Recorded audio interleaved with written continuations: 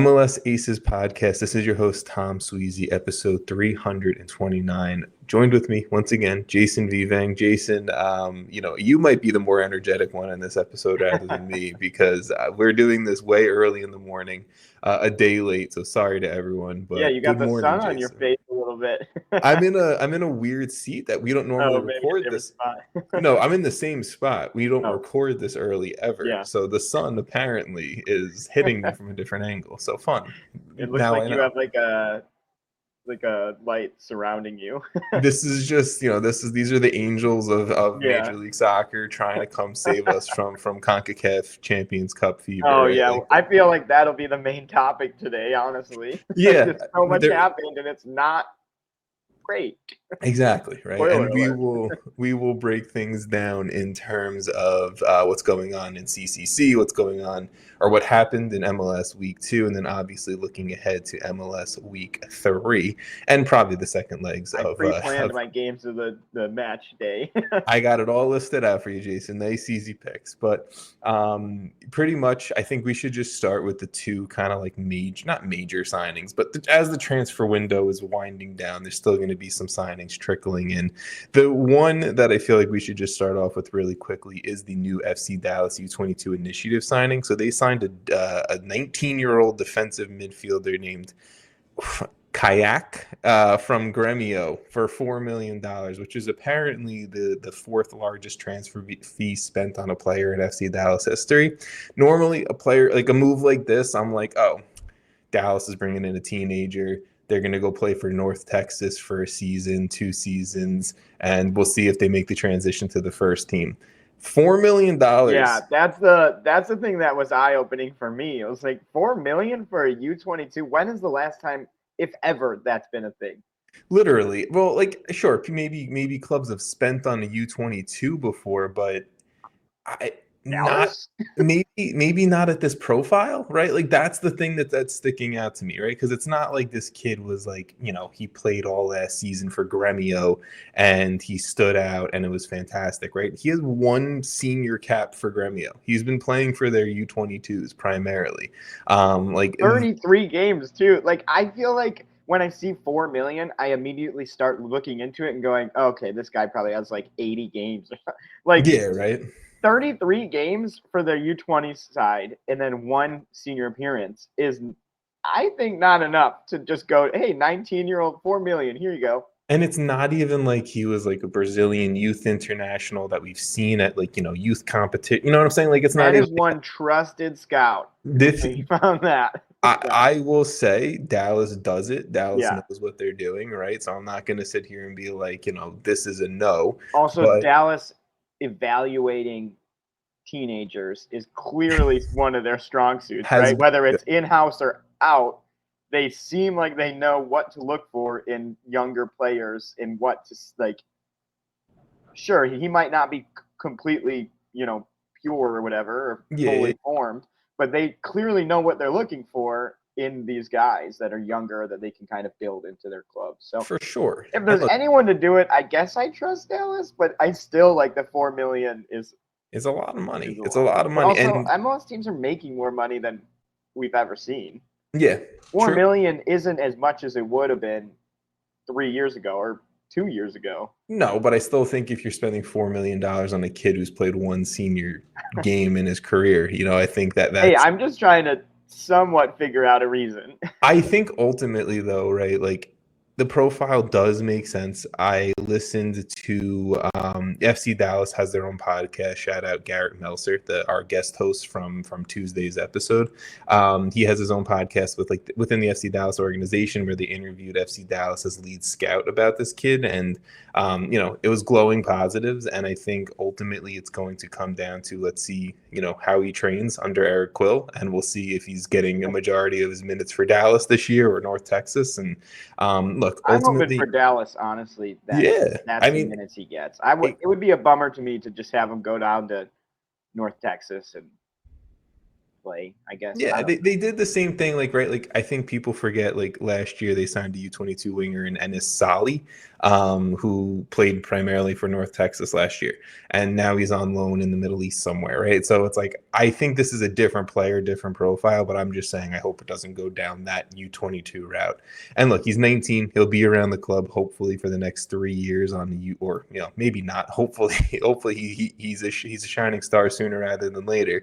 But which is why I think they need to get him into the first team, or like in some capacity. I mean, there's enough games in MLS now that people are like, if MLS feels the need to section off certain competitions the way they're doing it, then play these people you're signing, right? Like, exactly. And look, don't sign them and then say, "Oh man, we don't have enough bodies to play all these games." Yeah, maybe you do. You're just wasting your time. It's ultimately, for me, if a player gets signed, if a very young player, which it has to be a young player, but if a super like teenager gets signed to a U22 initiative deal, to me, it's just telling like they're aiming to, like, this player is a high ceiling. They're going to try to sell him in a year or two. Like, that's what they're trying to do. So yeah, he might get more minutes sooner rather than later. And this is all a mute point, but just an exciting kid, a lot of money spent. So let's see what happens with him.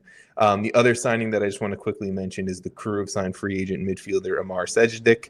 The 28-year-old, we've seen him play for Atlanta, Montreal, Nashville. He did have some appearances, and I didn't think about this initially when the signing came out, but he made 7 appearances under Wilfried Zaha previously when their times overlapped at Montreal. So Wilfried Zaha bringing in Lassi Lapalainen earlier in the offseason, now bringing in Amar Sejdic. Maybe he's just going back to the well with some of the Montreal players that he liked previously. So, just a point I want to throw out there about that. But Jason, let's roll into CONCACAF Champions Cup. Do we have to? It was, look, I'm trying to stay positive. It was fun. It was a fun round of leg 1 games. Let's just, I guess, go in order, and then we'll take it as it goes there. So the first game of the round of 16 was FC Cincinnati hosting Tigres. It did end in a 1-1 draw. We saw an early Cincinnati goal from Pavel Bucha, who might just win the Golden Boot of CONCACAF Champions Cup. I keep wanting to call it League. CONCACAF Champions Cup, because he's been on an absolute tear in this competition. And then obviously not too long later, Nicolas Ibanez for Tigres scores, and that's how things ended there. I'm torn on this, Jason, because I don't personally think Cincinnati played poorly.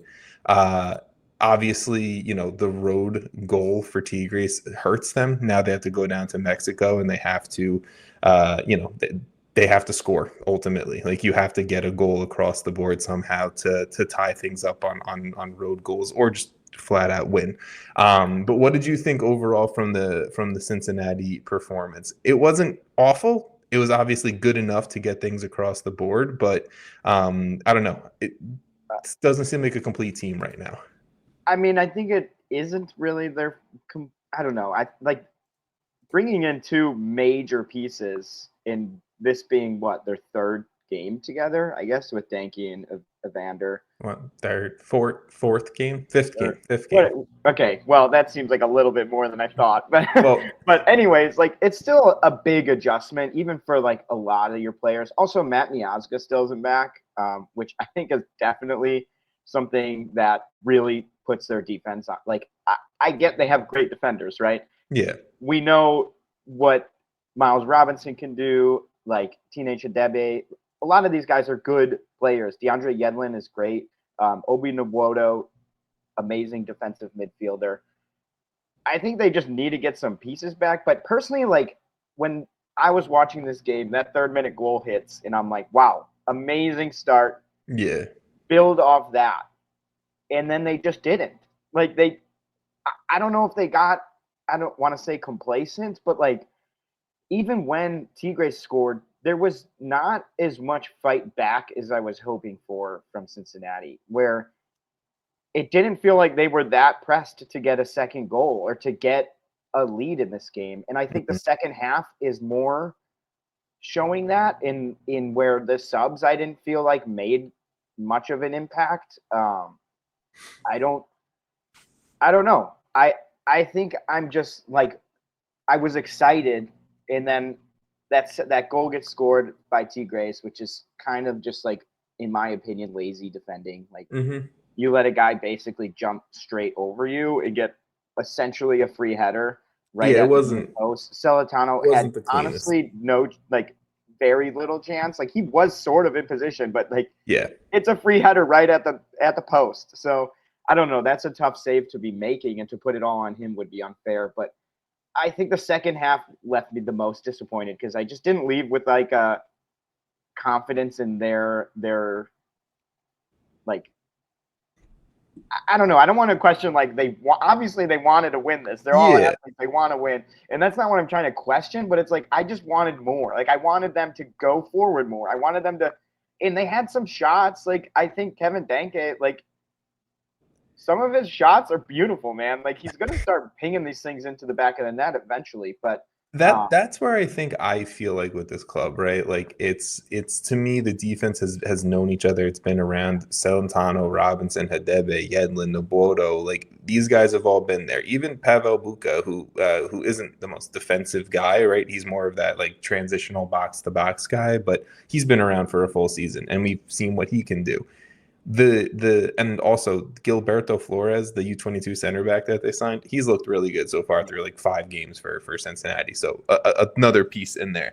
But to me, it's like I just don't know if this offense has had enough minutes played together. Obviously, like Denke coming in for the full off season, but Evander getting there late. You have Luca Orejano, who didn't show up to camp for Evander got there like 5 days before the first game. And he hasn't looked bad, like that's also the thing to know. Yeah, I mean, he had a really nice goal this past week in MLS action. So I think it's like a lot of the new offensive stars and weapons that were brought in to revamp this team are just not gelled yet, not 90 minutes fit yet, just not like in their midseason form yet. It's still early on, right? Like, so I think this is saying that it's like this isn't that horrible of a result. It just sucks because like we know what happens when MLS teams go down to Mexico. It's like, so we funny. have such a large base of history of.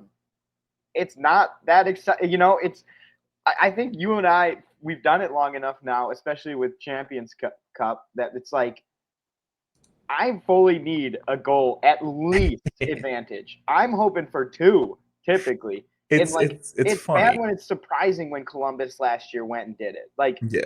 And Columbus is a phenomenal team. And I actually do believe Cincinnati's a really good team. The talent is there, like you're saying. Like there's a lot of talent. Is it gelled yet perfectly? No, obviously not. But like there's talent for them to go win this game in Mexico. 100%. It's just now you put yourself at a massive disadvantage, especially with the away goal. Now you put yourself at a disadvantage historically, right? Because you're going into this game down now. If this was Barcelona, Liverpool in UEFA Champions League, right, a 1-1 leg one in Liverpool, would you say Liverpool has no shot of winning in Barcelona or getting through in Barcelona? Hey, they've done it, bro. Yeah, whatever. I guess the other way around, they've done it from like a 3-1. I don't know why those 2 teams popped in my head, but whatever. So ultimately what I'm saying is like it's funny because I think that Tigres, I know where they're in the standings for Liga MX, and I know it's pretty high. I have some concerns about this Tigres team ultimately, and I think Cincinnati are in a spot where they're super talented. They're very stout defensively, and yeah, maybe it's a moment of magic from Denke, Evander, Orejano, who got some minutes in this game, who can change the course and get a result down in Cincinnati. Again, you have to score early, and that's the biggest thing for me for the second leg. I will say too, just like. I'm being a bit of a homer for MLS, but like I personally think that like the top teams in MLS, which I would put Cincinnati in, especially at least on talent alone, is somewhat near the top of Liga MX. I don't know if it's perfect. Obviously, it's not like the very top, Yeah. If that were the case, then we'd probably have a couple more Champions Cups. I was going to say, I still think, America and Monterrey and Cruz Azul. Right. There's teams that are like, they're a little bit ahead, but it's not so far that like, like Cincinnati versus Tigres, I could, a lot of these matchups actually, if you look at most of them, and I know we're going to talk about more of them, Yeah. but like these matchups shouldn't be as concerning, I guess, because the teams we're sending are typically the teams I have the most faith in. I will say this, and this is coming from someone who loves Major League Soccer, right? Liga MX is still a better league than Major League Soccer, in my opinion. I think there are better teams in Liga MX than Major League Soccer. However, the bottom of MLS is better than the bottom of Liga MX. The mid-tier clubs in MLS, I think, are better than the mid-tier clubs in Liga MX. And I think the like what you're saying, that gap between the top tier of Liga MX and the top tier of MLS, Liga MX is still ahead, but I think that gap is shrinking. And I think obviously because they have 90% of the, probably more of the Champions Cup titles. Yeah, you are like what, 2 or 1? Well, whatever it is, if you count DC and the Galaxy back in the 90s, then sure we have 3. But yes. But yeah, like honestly, I'm not saying they're better or even on the same level necessarily, but a Cincinnati team with this much talent should at home be walking away with a win. I think 100%. And I think this Cincinnati team with this talent level should also be able to go down to Mexico next week and at least get a draw. I think if Cincinnati gets blown out in Mexico next week, that's embarrassing.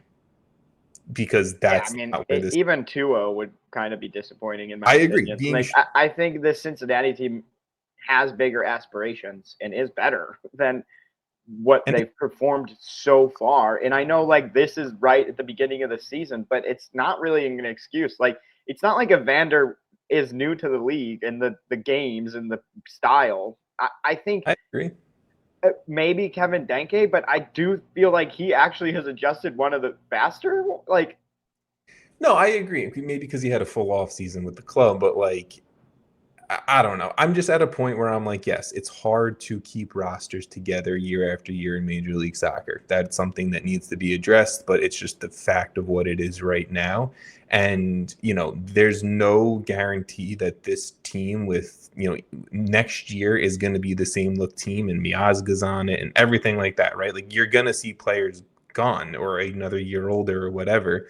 Yeah. And to me, that's just why, like, there's no excuse. Like, you have to get it done now with what you have, and that's ultimately it. I think, like, when it comes, like, I know we spent a long time on this game, but I think for me, it's like, I think less of like the actual players in this game, because to me, it came down to just like that second half wasn't what I wanted. Like, in terms of, it was bad soccer from both sides, though. Yeah, like, I don't think, and I think Tigres was fine with it being bad soccer, though, and I don't think since he should have been. I don't think they were, but like they weren't doing enough to switch things up, to make things happen, to sometimes just to send the ball down. I don't know. Like I just wanted to see a little bit more from the style of play. Like we know the players are good on both sides. Like these are two of the top clubs, or should be at the end of the season in their respective leagues. So if that's the case and they've earned their spot in this competition, which is the best clubs in the region, or should be, I don't know. I just think Cincinnati at home with your team behind, or fans behind you, push a little bit more, especially when it's 1-1 and now you let up that away goal. That was the 17th minute. They had 70 minutes after that to try something, to figure something out. They had a halftime or whatever to figure it out, to switch something up, and I don't feel like they did enough. And I think that's more disappointing to me. Like, I don't know if this team is that different looking currently if Lucho's on the team instead. I agree. Maybe a little because he knows all these guys, but I don't think the drop-off is really a drop-off at all, especially that they brought in a solid 9 now. I agree. And look, I'm going to move us on just because, we're spending a little too long on this specific one, but it's a larger conversation. I also think that it's also transition to in MLS, and we the Champions Cup is a little bit bigger of a deal. Sorry, 100%, 100%. I will just say the larger point that I agree about Cincinnati and for all MLS sides against Liga MX opponents is the same way that we view going down to any Liga MX club and getting a result should be the opposite, right? And MLS home stadium should be a place where it's like, yeah, an MLS team, insert any MLS team, should be getting a result at home against any other foreign club coming to our country and our city and our stadium. Just to move things forward, leg 2 for this game is going to be on March 11th at the Volcan. Oh man, there's another game. We got more, right? I'm gonna be clear. I'm actually like, of all the teams, I think Cincy can do it. But I 100%. I'm gonna say it's a lot tougher now than where we could have been. I think since he do it, I want to see Orellano start leg 2. I want to see him, get a full game in MLS this weekend. Like, he needs to start getting minutes ramped up, and I think he's a game changer along with Evander Denke and all of that. All right. Pumas, Alajuelense, just want to mention Pumas took down Alajuelense 2-0 at Pumas Stadium. So leg 2 will be next week on the 13th as well down in Costa Rica. Let's go to the one inter-MLS matchup here, LAFC versus Columbus Crew. Dominant 3-0 win for LAFC out in Los Angeles. Dennis Bouanga, 20th minute goal and then a 46th minute goal, and then Nathan Ordaz getting an 81st minute goal to kind of clean things up all at the end. Jason, we've seen this matchup, how many times in the last 24 months of LAFC versus Columbus Crew? It was absolutely just a dominant Denny Bouanga show, ultimately. Like, it wasn't just the simple fact of like Columbus were bad, LAFC were good. Like, this was really, to me, Denny Bouanga. Then obviously Steven Moreira goes out with the injury, and just like back in MLS Cup, we saw what Steven Moreira can do in shutting down a Bouanga. Moreira's out, Bouanga comes storming back, and I just think that it kind of just put LAFC on full gas, no break, and we're gonna move on to the next round. Bouanga had 2 goals before Moreira went out anyways? Yes, but I'm saying, like, even in the second half, you just saw how much of the attention was now on Bouanga and opening up everything else. I feel like the rest of that second half. Yeah, to go more into this game, I think LAFC won the strategy battle a little bit because the possession is crazy. It's 32% for LAFC, 68% for Columbus. So that's what LAFC likes to do. No, I know, and LAFC likes that counterattack. They like that. They gave Columbus the ball, and I think we know the chess match with these guys, these coaches have had for years now. Yeah, exactly. That comes down to these really big time games. Many of them been cup finals, and it's just really. Each game is at this point, this is a fun rivalry for me. I know it's not official, but it's this is how it gets started. This is how a rivalry starts: black and gold versus black and yellow. But so 32% possession for LAFC, but they led in shots, they led in big chances, they led in shots on target by a significant amount. Columbus had 1 shot on target, dude.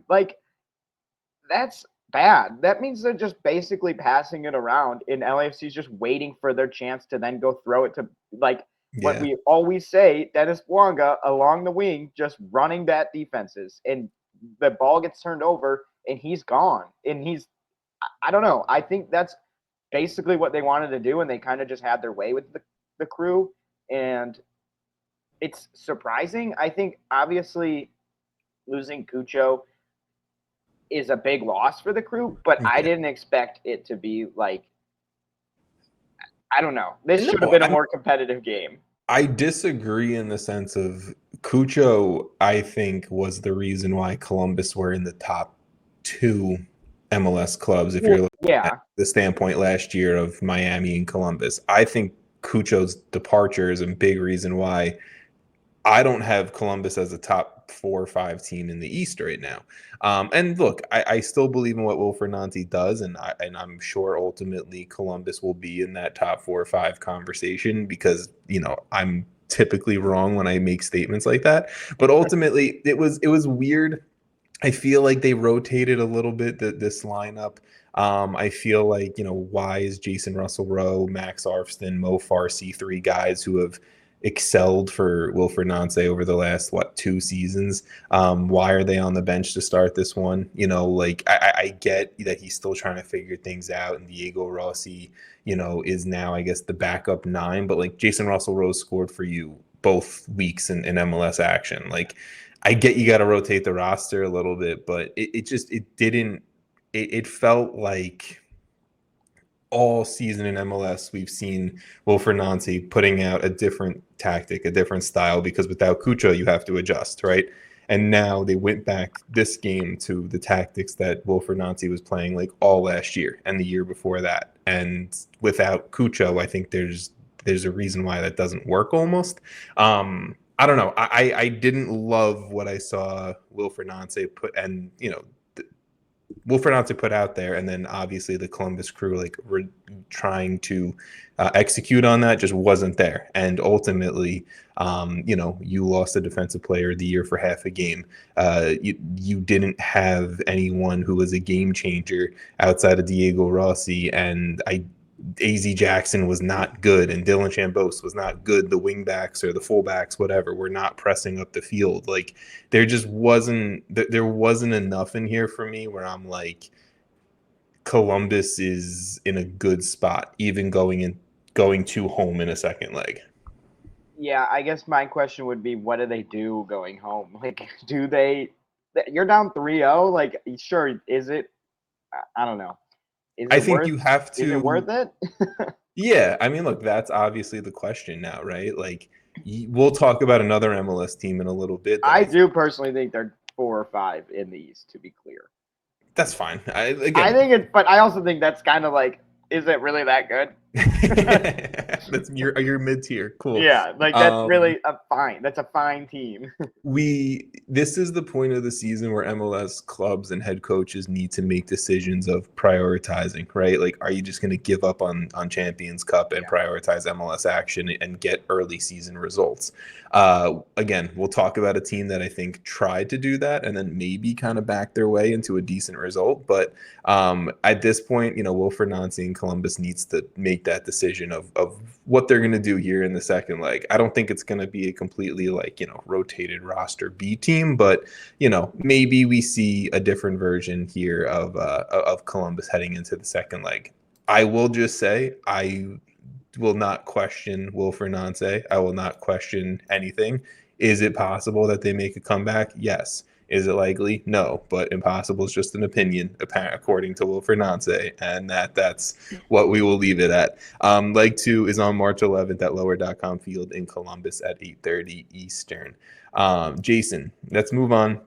Chivas Guadalajara versus Club America, the first Liga MX matchup in this round of 16. Chivas won at home on a 77th minute own goal, which is a pretty big upset. I just want to quickly mention, America is on an absolute fucking tear through Mexico in the last 18 months, and Chivas getting a win even at home I think is big. So hopefully Chivas can win and we see a few of our former MLS friends move on in that one there.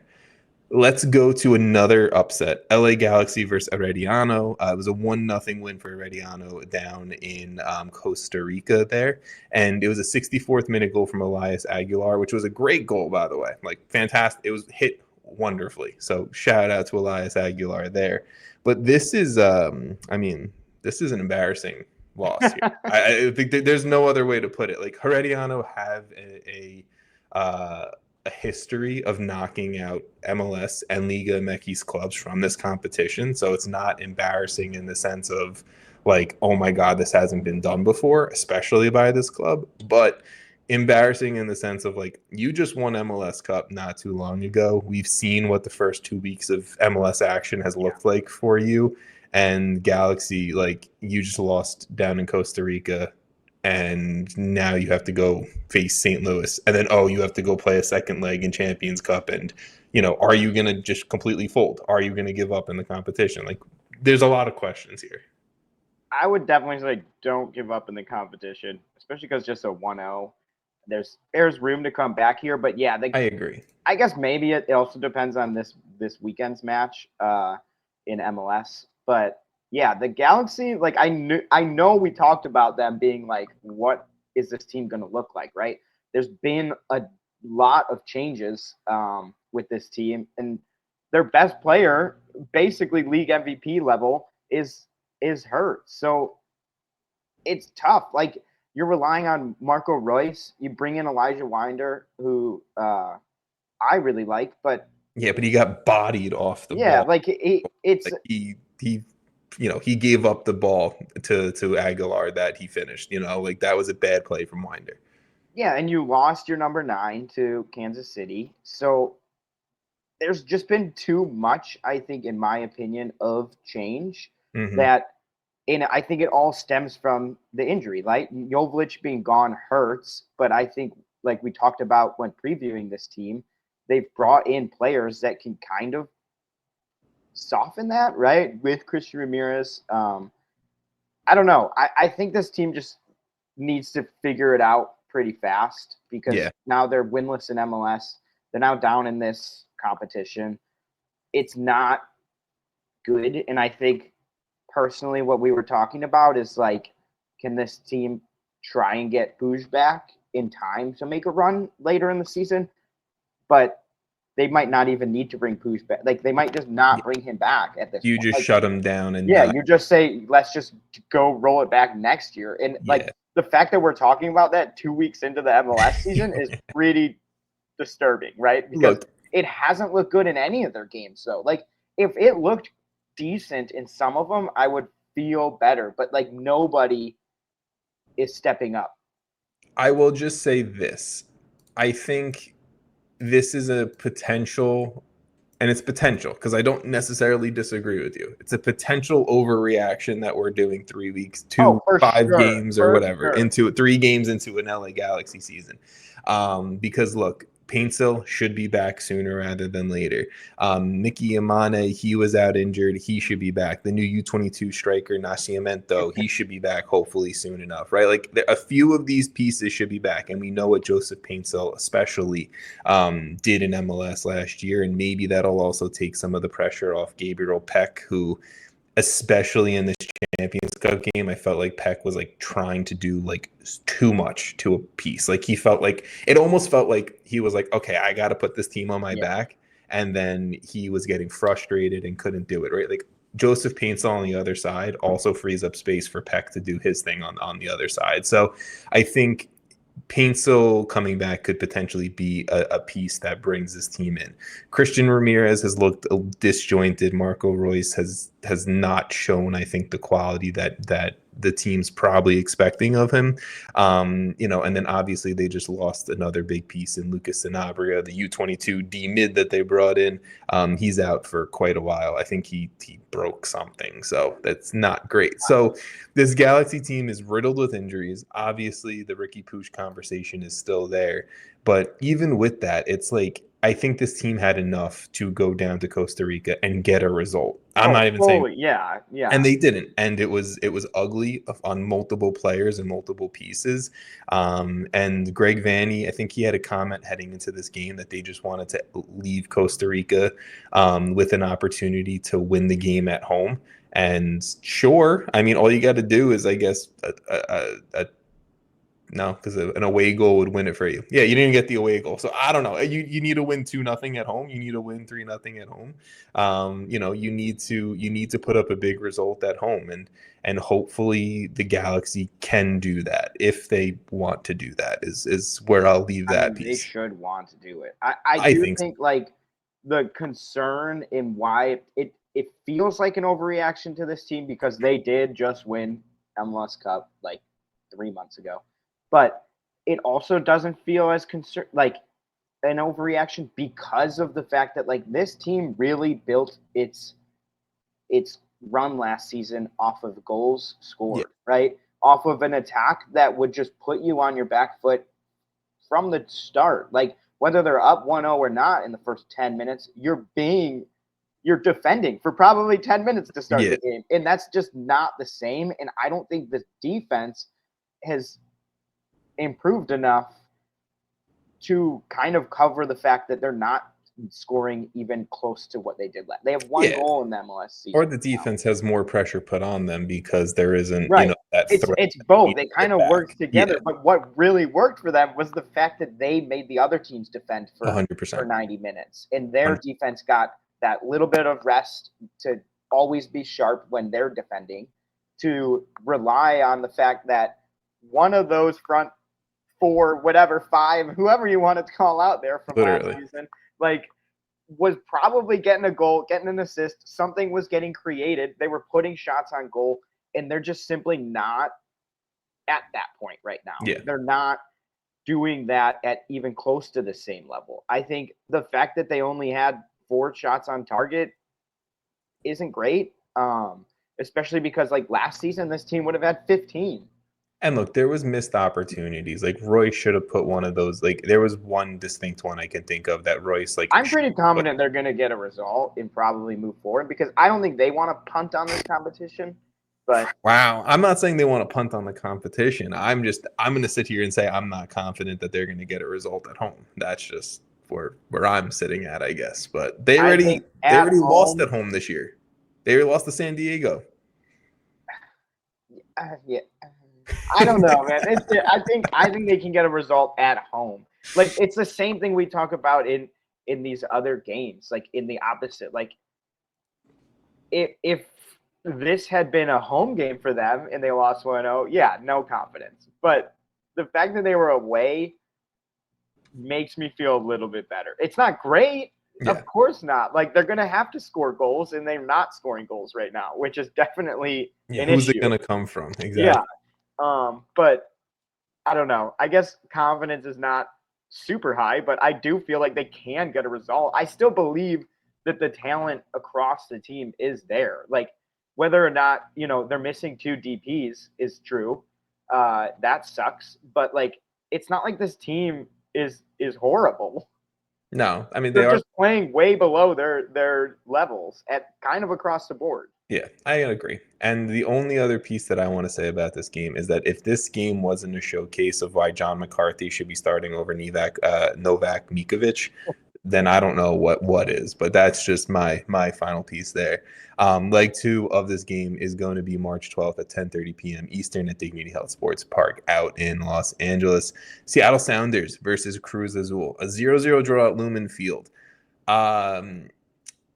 I don't know how I feel about this game. I've seen mixed opinions online, and I think this game warrants mixed opinions. I'm not trying to look online for people's opinions, but I watched the game. Well, I didn't watch it live. I watched it the next day because I wasn't staying up that late to watch it. But I watched the game. I'm sitting down, and I'm like, Sounders weren't bad, but they weren't good. There was a lot missing from the aspect of De La Vega, Areola, Morris, Rusnak. And I liked what I saw from Nuhu. I liked what I saw from Christian Roldan. Even from Alex Roldan and Yaimar and Obed Vargas. I liked what I saw from those pieces. But getting it connected up into the attack, obviously, wasn't there. They didn't score a goal. I'm not saying anything shocking or breaking ground there. But I don't know. Seattle really hasn't been as good as I think. Slow start for the season for Seattle. But I guess I expected it to click a lot sooner because a lot of these guys know each other. You know what I'm saying? It's not like these players haven't played together before at the national team level or whatnot. So I guess I don't feel like Seattle's way underperforming. I don't think they're overperforming at all or even performing at their level that they should be. But I don't feel like a 0-0 here isn't unheard of or horrible or whatever. It's not you didn't allow an away goal. You're going there, just win. It's tough. Obviously, we talk about it all the time. We've already talked about it on this podcast, so we don't need to reiterate the going down to Mexico difficulties. But I think the Sounders, the attack did look a little worrisome, but I don't know. This team is It's hard, man. I don't know. Look, Cruz Azul are Thing I notorious. say is just like lost. They're a powerhouse of Liga MX, right? They're a powerhouse of the region. They spend a shit ton of money. They have Mateus Bogusz, they have Omar Campos, they have Giamakis, who didn't play in this game, but right, like they have guys and stars of Major League Soccer that we've known before and we've seen week after week with our own eyes.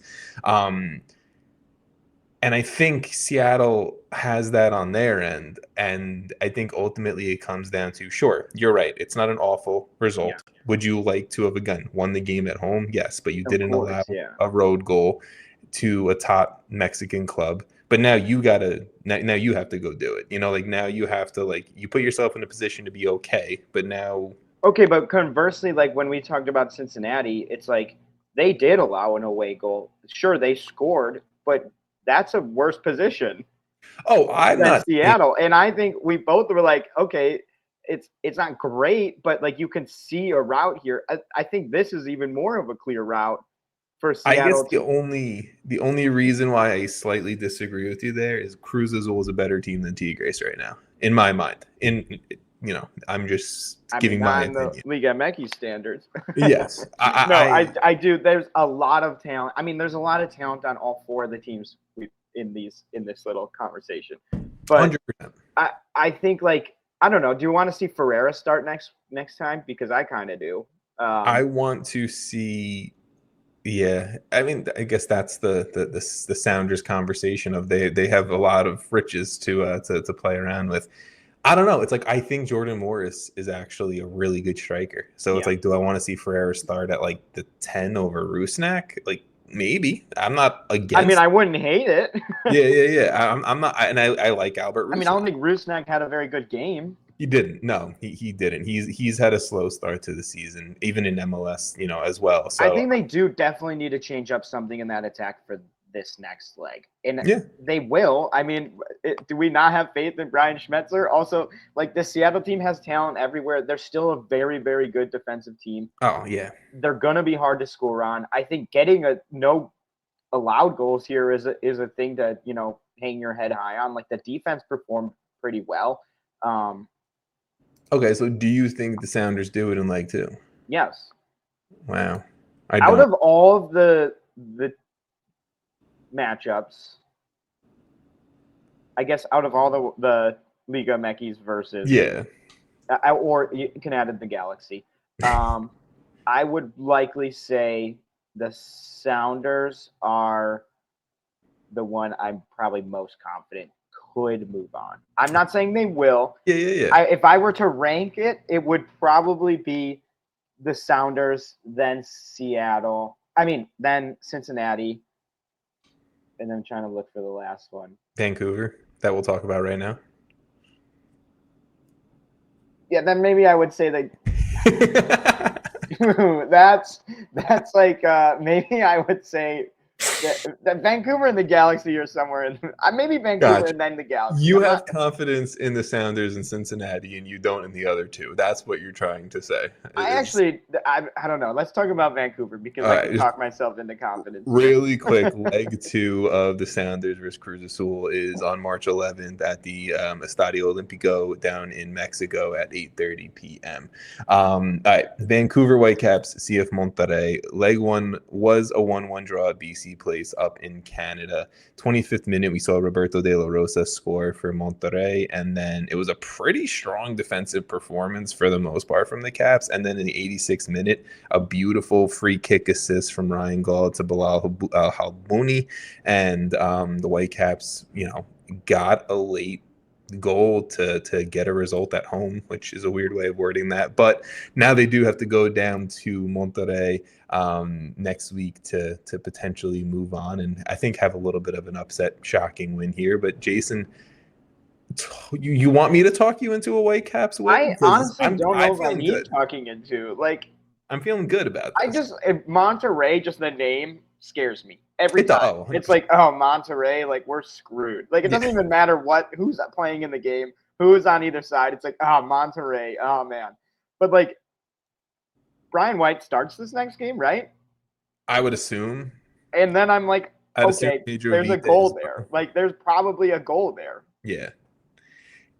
This is so when I said before that I think there was an MLS team that was just trying to like exit the competition. My vote was the Whitecaps with the lineup that they put out there. It was a heavily rotated lineup, a lot of their non-stars. But they led in like pretty much every positive statistical category. And the Whitecaps showed the fuck up, and I mean that's a good thing, right? They did lose Jaden Nelson with an injury and 5. Dude, I might be more confident about this than Cincinnati at this point. We're all full on the Whitecaps train. Look, the Jaden Nelson injury is a concern. Obviously, Sam Adekugbe just got injured in MLS action in week 2, so now they're down 2 of their better 2 players. But this was a result where, you didn't have Brian White starting, Pedro Vite starting, Andres Cubas starting.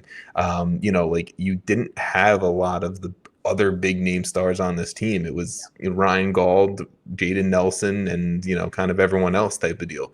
I think obviously there's still Ali Ahmed who can sub in for a Jaden Nelson and be a pretty good winger and everything like that. But I give the Caps a shot. I really do. I think that with the performances that we've seen from a few of these guys, like a JC Ngando, like he's exploded under Jesper Sorensen. Like he played a really good game in central midfield. Like I don't know where this Whitecaps confidence is coming from, but I have to credit. I mean, it's coming from their play. They've been good this season. They've been 100%. Good in every game they've played. They're one of 5 teams 2-0 in MLS. They're scoring. They're defending well. They're very well, by the way. Very well. They have 6 goals. You have Brian White and Ryan Gauld, who we all know are great attackers. Like Pedro Vite has taken a step forward, which was my guy. Yeah, that's your step forward. You might be a Whitecaps fan. You got a lot of guys on this team. Takaoka. Yeah, no, I actually like if the Whitecaps weren't in like some really weird front office situation, like this team would be so excited. Like if I had a lot of money, man, I'm looking at the Whitecaps right now. If I was rich, I'd move to Vancouver. I mean, Vancouver's a dope city. Like, shout out to Vancouver. I've never been, so I can't speak to that, but sure. You know what? This add it to the top of the list. Vancouver is the most confident. Yeah. Look, I'm not trying to discredit players, but, Jesper Sorensen has clearly done something with the on-field product of these guys because Jaden Nelson, left Toronto, went to Europe, he's come back and maybe he's developed, right? Like, again, I'm going to go on JC Ngando. Like, do we know the injury? Should I look that up? I don't think it's out. I think he's training off to the side was the last thing I saw, but he's not playing this weekend. Minor hamstring injury. Okay, so maybe don't play him this weekend, Jesper, and let's get him fit for Mexico next week. Remains in doubt for Saturday and will likely be a late decision. Could be replaced if Ali Ahmed is available. So it doesn't sound that bad. He might be back for the next Jaden Nelson, we're back. We're back. But look, I'm just saying, I think Jesper Sorensen has some of these guys that we wouldn't even have factored in last year playing at a higher level. So I got to give him his credit there. And then again, leg 2 for this game is going to be on March 12th down at the Estadio BBVA, 8:30 p.m. Eastern down in Mexico. Brian White only played 30 minutes in this game, and Vite only played 13. Exactly. 23. Hey, 13.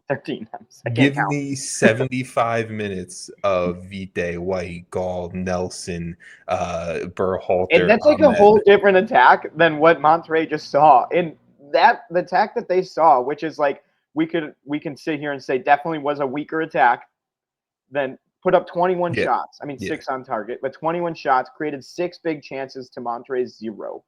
I think I might be Jesper Sorensen MLS Manager of the Year. Lock it in now. I mean, I'm genuinely like loving this. The last couple managers that have come into some of these clubs in MLS have just been nailed, like just perfect.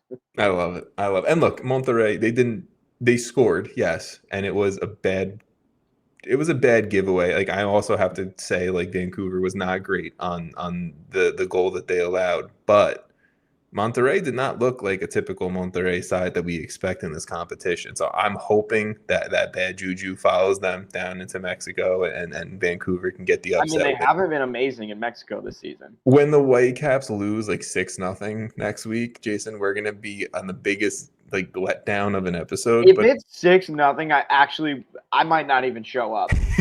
I'm gonna be so sad. 6, dude? Like we're not recording the podcast this week. If it's 6-0, yeah, there's no pod next week. At Vancouver. Actually, no, there'll be a pod, but that game will go unmentioned. Yeah, we just won't talk about it. We'll just pretend it didn't happen. We'll just move on. Just like my emotions, we shove them down. We shove it down. Just suppress all of that. Just move forward and pretend it didn't happen.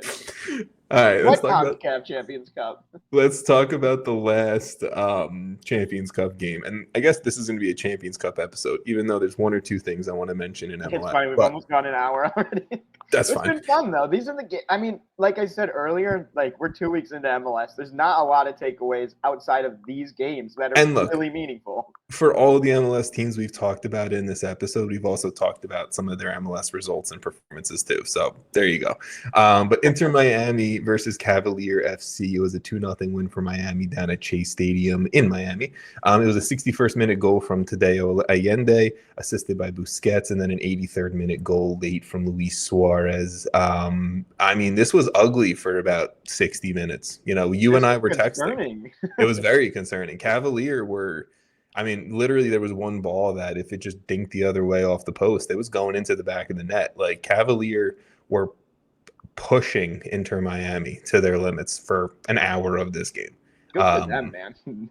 Yeah, it's a cool story. I mean, like if you ever like look into their story, and I know they said it on the broadcast a little bit last night, but like 5 years ago they were in the Jamaican second division, not 5. Was it? I don't know. I don't know it off the top of my head well enough. They were in the Jamaican second division for a very long time. They had a manager come in completely like renovate like the club, and they've been one of the better teams in the Caribbean and obviously in CONCACAF for the last half decade or so. And they're a very cool story. Obviously, I think some of these smaller nations and stuff like that, like, you like seeing like the underdog story from them. And, I think they did an absolute like positive showing last night on the road in Miami. And, I want to give them their credit first and foremost. No Messi in this game, just to be. No Messi, back-to-back. I'm not trying to take anything away. I just feel like we went long enough that we needed to mention there was no Messi in this game. Jason's like, fuck the underdog. No. I just want people to know there was no Messi in this game. There was no Messi. Which is a story in itself at this point, because this team, like, they nailed on some of these signings. They lost Diego Gomez, and holy shit, man. Like, bro. So talk about midweek and this, a 4-1 versus Houston, and then this win here. Yeah. It's the new guys stepping up. It's Allende, it's Segovia. Yeah. Like, stepping up. I mean, Suarez is still Suarez. Like, the guys are still the players on this team that have been there are still great. Yeah. But like, this is the new look is exciting, and actually they look really strong. Obviously, for 60 minutes in this game, it was not pretty. But I was gonna say just no Messi against Houston on the weekend as well, and I agree with you that Allende and Segovia to me are like the bright stars right now of this team. Segovia, by the way, I'm all for Segovia 2 weeks. I joked, man, threw a hat trick in this game before it even started, and it obviously didn't happen. He didn't score, but he's good. Segovia is a very good player. That performance versus Houston is one of the better performances, I think, in MLS this season. Do you think, just to close out the Champions Cup game, and then we'll roll through some of the Week 2 stuff super quick, do you think we get Messi in Jamaica next week? I don't think he travels, but personally, like, for them, I hope so, but it's not happening. If he didn't play in Miami, personally, like, I want him to. I don't I don't see the reason for him to play though. Like, so Miami, I honestly think you bring him on the bench.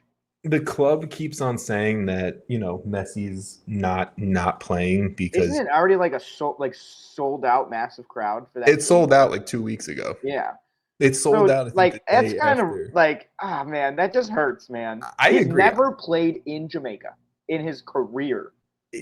I'm sure. Look, I mean, that's not like a crazy take. Like, obviously that's true, but like, I believe two things at the same time. I believe like you're part of this club, you're in a competition, you should play the games. If you're fit, if you're healthy, all of that. yeah.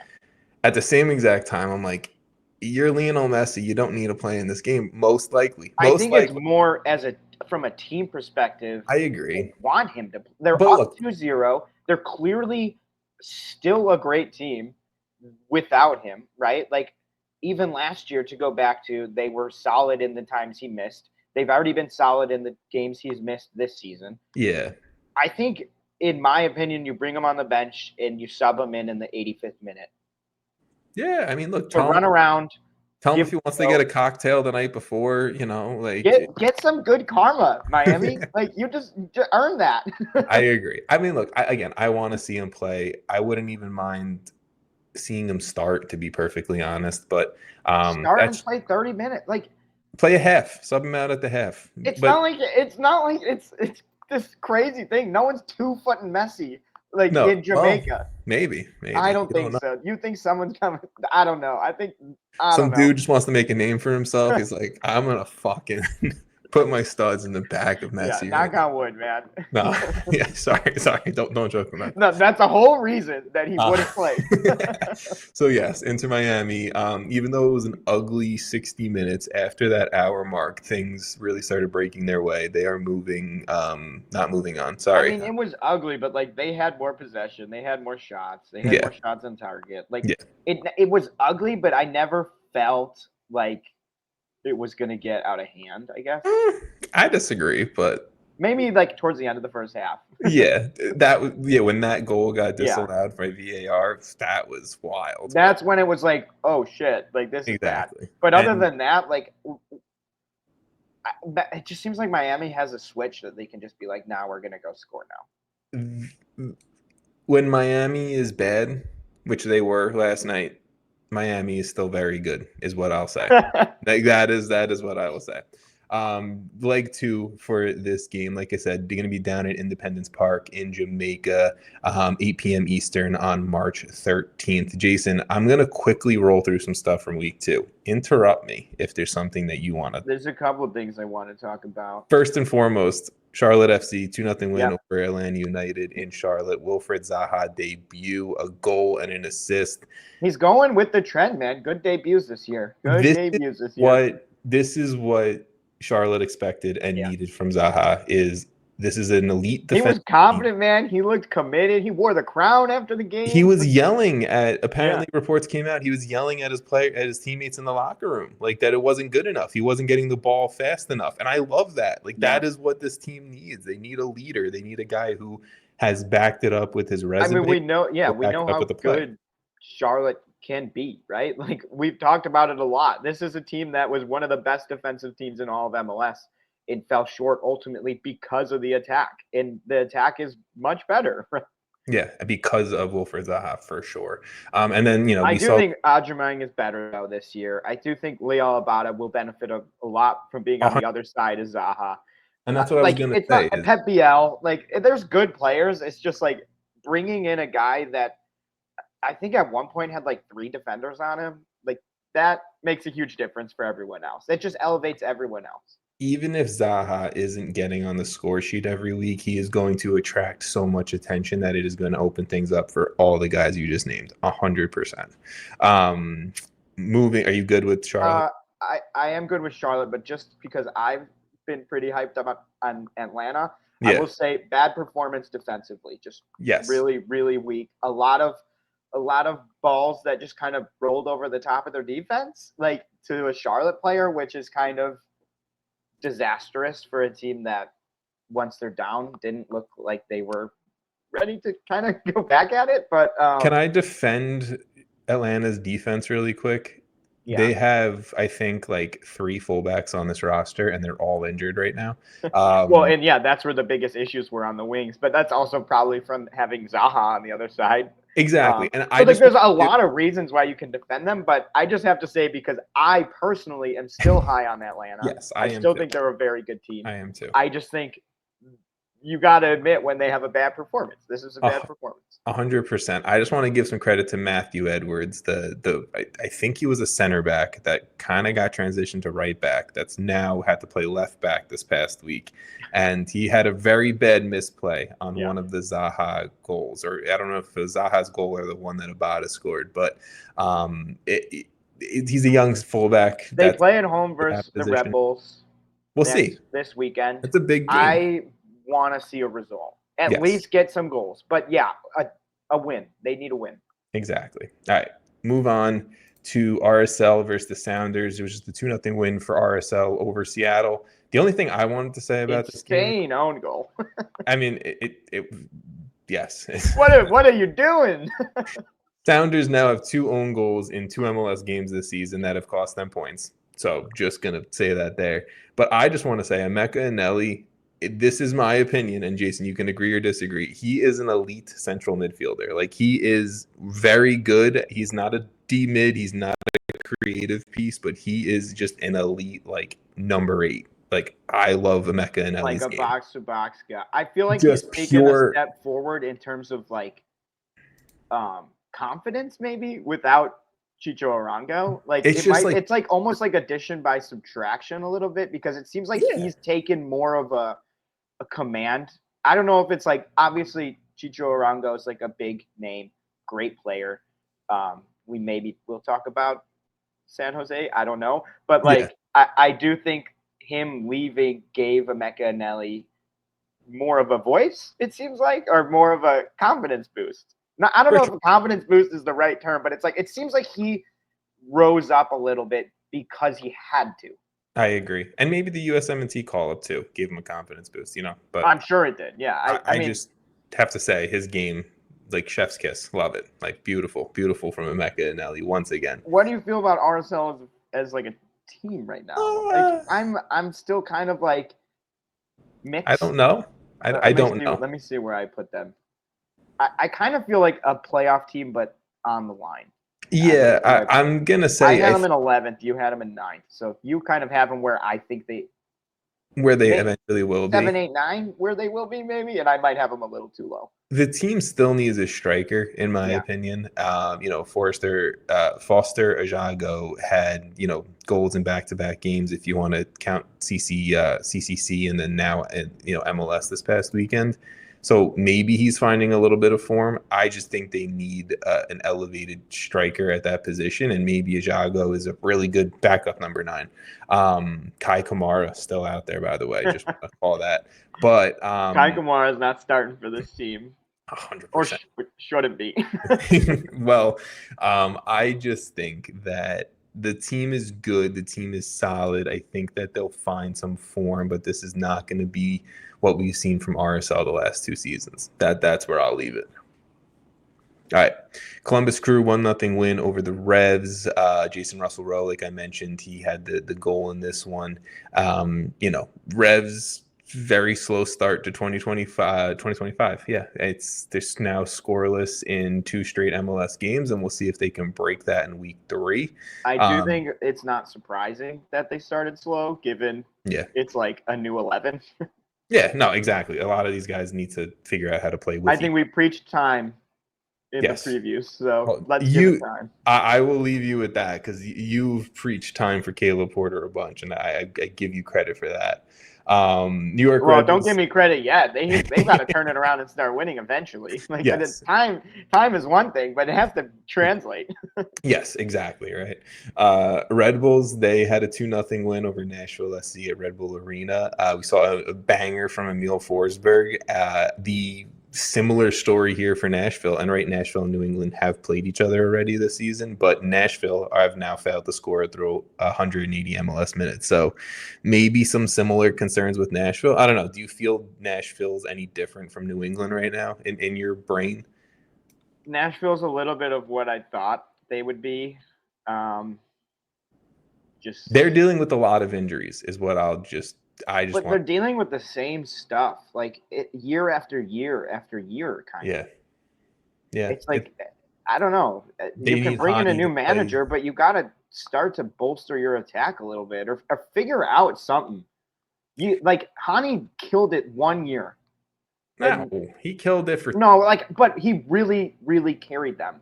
sure. Yes, MVP. his MVP year. Yes. Yeah. Yes. I was gonna say that's not fair. I think No. Hani did more I than didn't mean it like he only 1 year. Like he obviously is still a good player, but like he's just not gonna put the entire other 10 players on his back anymore. Yeah. Like he needs someone with him. They Kai Kamara, bring him in. That's honestly, this is a good Kai Kamara team. I'm just gonna push Kai Kamara on every team until he can rise up. We're a big Kai Kamara fan club here. So. Who isn't? That is a good point. Orlando City 4-2 win over Toronto FC. Nothing I really want to say about this game. Shout out Alex Freeman, young homegrown right back that had his first MLS start. Scored a goal in this one. Orlando, good bounce back from a bad week 1 performance. Absolutely, still looking pretty good. Yeah. The defense not looking good for Orlando. Concerns there, but we're still early season. What team do we not have concerns with their defense at this point? LAFC, Charlotte. Yeah, I don't know. I don't even really have concerns with Seattle, but 2 own goals is crazy. That's not good. Philadelphia Union 4-1 win over FC Cincinnati in Philadelphia. Ty Baribo with a hat trick. It's 5 Ty goals. Baribo's world, and we're just living in it. It's just Ty Baribo. Look, I doubted the Union heavily. I still have my concerns. There's people out there questioning my power rankings that I put out on social media. I still have my Philly concerns, people. It's 2 games in. I'm not going to completely. Wait, where'd you put them in your power rankings? I have them at like 19th right now. Like I have them in power rankings. That is a bit unfair. It's 2 weeks in, folks. You're only ranking 2 weeks. That's power ranking. I had, because of how low I had Philly to start, they had to move up, and that's just how my power rankings go. So come at me. I think there's totally still questions with this team, but there's center back concerns. There's a lot of homegrown teenagers that are gonna make mistakes over the course of a season. But Ty Baribo's been good. Quinn Sullivan's been very good. I do like this team. Their attack was like clicking in this game. 100%. And I don't know if this is a Cincy that's focused on midweek. I know it didn't feel like it, but they rotated a little bit. Like Pavel Bucha didn't play, right? So they rotated a little bit for sure. But I don't know. I think the Union are better than what we gave them credit for. I just don't think they're top of the East that some people are like, this is going to be all season. It's not. I promise you they're not going to get 4 goals every game. No. The Ty Baribo fall off will happen. Sorry, folks. Maybe I'm being negative about the Union, but I'm just being my honest opinion. Mad they're this good. Chicago Fire, DC United 2-2 draw in Chicago. The only thing that I want to say, Jason, about this is Jacob Morel, banger of a bike kick to save a point. So sorry about that, buddy. But the only game I felt bad about not getting a win and good about getting a draw.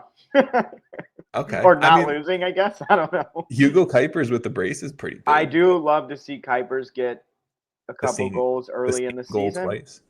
He literally scored the same goal 2 times. The team, the Fire also look like they're improving from game to game a little.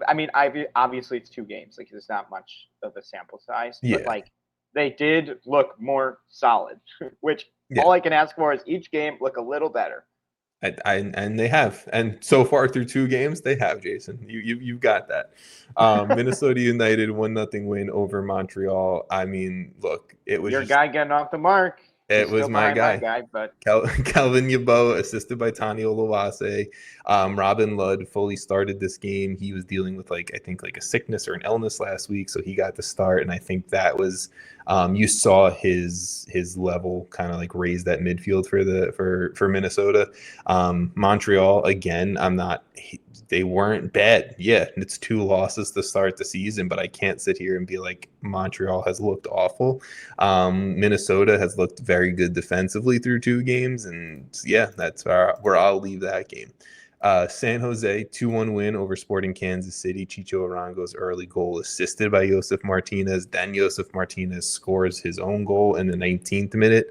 He has now 117 MLS regular season goals, tied for 6th all time with Bradley Wright Phillips. There was a red card, but San Jose are one of the undefeated teams in Major League Soccer, and I don't know if I would have said that to start, even 2 weeks in, right? I don't know if I would have said that. Yeah, I mean, I think the defense with a red card was actually pretty impressive. Also, you didn't mention Joveljic getting his goal. Yeah, sorry, Joveljic did. First goal. I mean, it's a PK, but any goal is a goal. Get him off the mark, you know. Yeah, no one remembers how it happened at the end of the year. No, it's like, oh, Joveljic, he had 3 goals, cool. Okay, if he ends the season with 3 goals, this team's worse than the conference. No, I agree. But look, San Jose playing on just this, I don't know, like super high level. I don't know how else to describe it. Bo LaRue. I mean, it's the Bruce Arena factor, I guess. Like at this point, we shouldn't doubt the guy. And I look. Also, they brought in Chicho Arango, like who was an MVP candidate, leading the league in most categories for half a season last year. And Josef Martinez, who is a dude who's a former MVP and has scored 117 regular season goals. Wow, look at that. Did you write that down? Yeah, I did. Oh, okay. I was like, how did you just remember that? Yeah. Like, I know he scored a lot. No, it's he's like what, 5th all time at this point? You don't listen to the list, to the things I say. I love when I catch you not listening because I'm reading through some of the notes and you're thinking about the game a little bit. 107. I'm trying to remember the game at the same. 6th all time. It literally 6th all time, tied with Bradley Wright Phillips. I have to remember my own things, man. You know how hard this is. All right, let's move on. Like you listen to everything I've said. I don't. Yeah, no, it's totally fair. Colorado Rapids, FC Dallas, 3-3 draw. This was just a shit show of a defensive game for both of these teams. We saw some impressive things. Lucho got his first goal. Peitar Musa again with a goal and an assist. Rafael Navajo had 2 goals. Oliver Laradis has 2 assists. Like this was just like back and forth, punching each other. Like it was a fun game for sure to watch, but obviously I think in terms of if we're talking quality, maybe not the best showing for both teams. Definitely number 1 in sloppiest game of the season right now. All right, there we go. I like that. LAFC 1-0 win over New York City FC. I mean, I'll just say New York City has now given up 2 late goals to drop points this season, which fucking sucks, especially because I don't think New York City played that bad of a defensive game going cross country to LA. Ryan Hollingshead once again, just an absolute like Ryan Hollingshead will never die. Like he is just the ultimate wing back in Major League Soccer, and I love it. Also, the LAFC just wears like they just wait until they're just okay, we'll score. Like and they rotated because you know they're dealing with Champions Cup, and then they won 3-0 in Champions Cup. Like it's insane. It's just. LAFC. LAFC is operating very well right now. Also, 2 wins with 2 goals is awesome. It's so funny. 2 1-0 wins in the league. Yeah. You gotta love it. 2 shutout wins too. Portland bounced back after an awful week 1 against Vancouver. David DaCosta, their new DP signing, with an 89th minute free kick winner to save the day. Obviously, right? Like. It's not like he hit a banger from deep. It was like a ball into the box. No one touched it and kind of just went into the back of the net. So a little bit different than maybe how I worded it, but good bounce back performance from the Timbers. They needed it. Obviously, it wasn't great. I still heavily have my concerns that it took a goal like that to win you a game at home in back-to-back weeks, but here we are. I don't know if you have anything you want to say about that one. Austin, I think, is a team that might need a little bit of time, actually, because of the additions. Like, I fully expect Vasquez to be a good striker this year. Yeah. They have 1 goal through their 2 games in MLS, which is obviously not good, especially when you put in, 30, 40 million in your attack. 3 DPs. I think it was 30, yeah. You broke the transfer record for your club twice. But also, it's a lot. It's a lot of newness in this club, so... Newness. It sounds weird. But anyway. Azuni debuted in this game. Yeah. He came off the bench late. He's been dealing with the knock. So it's like this team's going to need a little bit for sure. I can agree with you. I'm not at all concerned yet. Yes. I definitely emphasis on yet because there's a route to be concerned. I can agree. Probably the last game we're going to mention here because we talked a lot of Galaxy in Vancouver and we talked a little bit about the Inter Miami Houston game as well. But the San Diego St. Louis game, 0-0 draw at San Diego, first ever home game in San Diego's MLS history. I really like San Diego I think they've built a pretty good They're team. fun. They're They're just fun. Like they're going. I mean, the Chucky Lozano injury is horrible. If he's I'm just gonna. I time, think but. even with Chucky Lozano, they're missing a piece. They're missing something. I mean, yeah, it's their first season. Like to compete at like a trophy level, yes, I do. I think just they're don't know if I I love the attack right now, even with Chucky Lozano. I like Dreyer and I like Lozano, but I don't know if I like anything. But at the same time, like if we're gonna give other clubs some time, yeah, fair. If any club needs time, it's this one. For sure. So it is interesting. Also, St. Louis just doesn't allow goals. They don't score either, apparently, but they don't allow goals. I kind of feel the same way that we just said about Austin, that we said about San Diego, that I feel about St. Louis. You think, like, they made all their moves like last summer, so you would think maybe half a season they'll be clicking a little bit sooner. I think that this offense will eventually click with Teutschert and Hartel and Simon Betcher and Joao Klaus. Like, I think all these guys are eventually going to click. It's just more if, except for not. No, it's more when, except for if. I think St. Louis is going to be fine. They played. I just want to see. I don't remember who they played in the first week. Colorado. Yeah, Colorado. They probably should have gotten a result. They probably should have gotten a goal. But yes, I think. Look, if St. Louis, if Nashville, if New England, if they once again go through a third week without scoring a goal, then I think, okay, fair. Maybe we can start talking about some major concerns offensively. But I think the defense is clearly still very, very good for St. 100%. And they're going to be in games purely because of that. Once they start scoring, they're going to start rising in the table. I mean, they're not even in a bad spot right now. And I mean, they're in the 11th, but like 2 weeks in. Yeah, I'm not looking at standings yet. I don't look at standings until maybe so like week 12. I was gonna say maybe like week 5, 6, something like that. But yeah, like I don't look at standings like for a little bit. All right, Jason, give me your Saturday game of the week, and then your Saturday game is easy. Actually, honestly, we've got some bangers this week. Like Seattle. I was trying to say Saturday, but I also was going to say Seattle versus LAFC, and I said both of the words. Seattle Day. Yeah, so it is Seattle versus LAFC. I actually looked up who was home. Did you lift? It's probably Seattle. Seattle's which is a boost to the quality of the game, I think, because I would be a little more nervous if LAFC was home. But yeah, I mean, obviously, there's not much that I need to add. Can I just say my Saturday game, if I had to pick, would be San Jose, Minnesota. I think that's a sneaky fun game to really. That is a really good game. Test if San Jose are who they are, because I think Minnesota is playing pretty well to start. That is a late night. Please watch. Yes. Give me your Sunday game, Jason. You got 2 options here. I wonder which one you're going to go with. At least. I mean, this one. I mean, for the first 2 weeks of the season, we've had some pretty straightforward picks of the week. It's going to be Miami versus Charlotte. Really? Again, that was sarcastic, everyone. Not much to add. I do think that Sunday night game will be fun. Again, like I also like the Sunday night soccer thing they got going on here. It's fun. Sunday night soccer on MLS has made it feels like, right, like Thursday night, like NFL. It feels like Sunday night football. It feels like I think back when the NBA kind of had their prime time games, like I on ABC, NBC. Like I feel like it makes it feel like this is an important special moment. Like you want. Well, it's like something that I immediately think of when Sunday rolls around. It's like exactly like I'm thinking about the Sunday night soccer game tonight. Yeah, for sure. And I do think like the Galaxy versus St. Louis should be a good game. Like I think this is a game where we need to see actually for both teams something happen. Yeah. It's funny because we're talking about this game more than the ones that I actually said, but that's fine. Like, because I want St. Louis to score, and I want to see the Galaxy show some signs of life.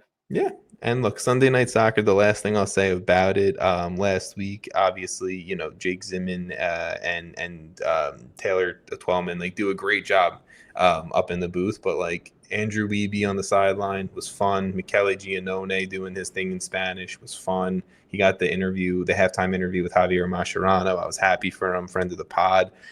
So yeah, I mean, Apple did a really, I think, good thing with this Sunday Night Soccer. Let's keep it up all season. And Jason, we will keep up this podcast all season long. Is there anything else you want to say before we sign off? We're probably not going to talk before some of these second legs, so. Go MLS. Yeah, go MLS. Go team. Woo. Right. Talk to you guys later. Enjoy the MLS. Enjoy the Champions Cup, and we will speak with you guys next week.